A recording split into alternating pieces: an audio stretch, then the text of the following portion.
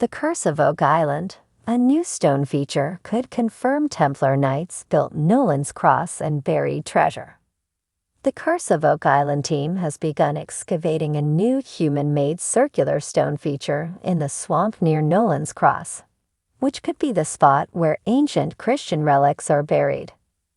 This week's episode started with disappointment. The rehabilitation and excavation of the garden shaft was the primary focus of this season, but it has been plagued with problems.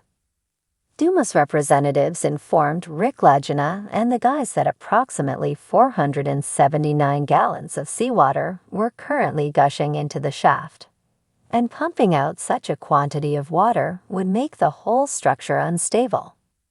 That means the project is on hold while the Dumas miners figure out what is the best option. Unfortunately, we are careering toward the end of the season, which sadly means that could be the end of the project for Season 11. Thankfully, the guys have plenty to keep them occupied, and they've switched focus to the discovery of a mysterious human-made stone circle found on the northern edge of the triangle-shaped swamp.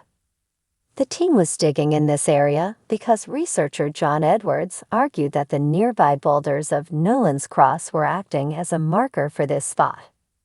John suspects the Ark of the Covenant and possibly other ancient Christian artifacts taken from Jerusalem are buried there. So it obviously came as a pleasant shock to find a circular depression or pit framed by small flat stones on the exact spot John referenced. Oak Island guys hope to link the new stone feature to the 13th century. Geoscientist Dr. Ian Spooner stated the blindingly obvious.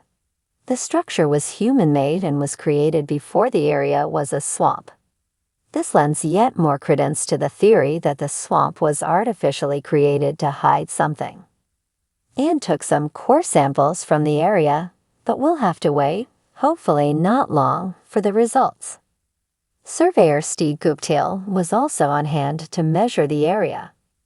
A preliminary measurement indicated the structure was a couple of feet below sea level and was at the exact same elevation as the paved area to the south.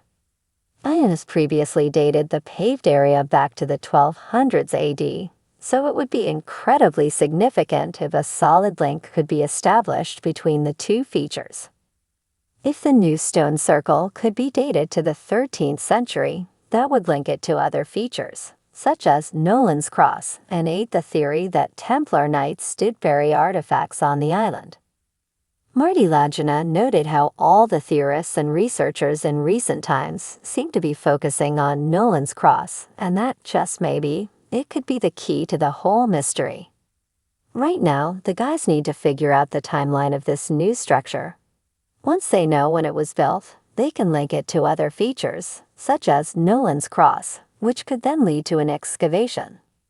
Oak Island team is heading to Europe to hunt for info on Templar Knights. Also, on last night's show, the guys continued to search for evidence that the Templars traveled to Oak Island from Jerusalem. With that in mind, they enlisted the help of researchers Corjan Mole and Emiliano Saccheto, who claimed to have found an old Templar hiding place in a castle in the Netherlands that features symbols also found on Oak Island.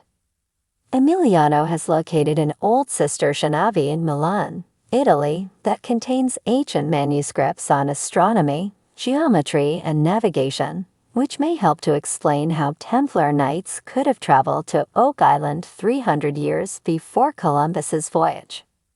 A member of the Cistercian order reportedly founded the Templars. All this means that Rick and a chosen lucky few will be heading to Italy and the Netherlands. We will likely see how their trip went in the next few episodes.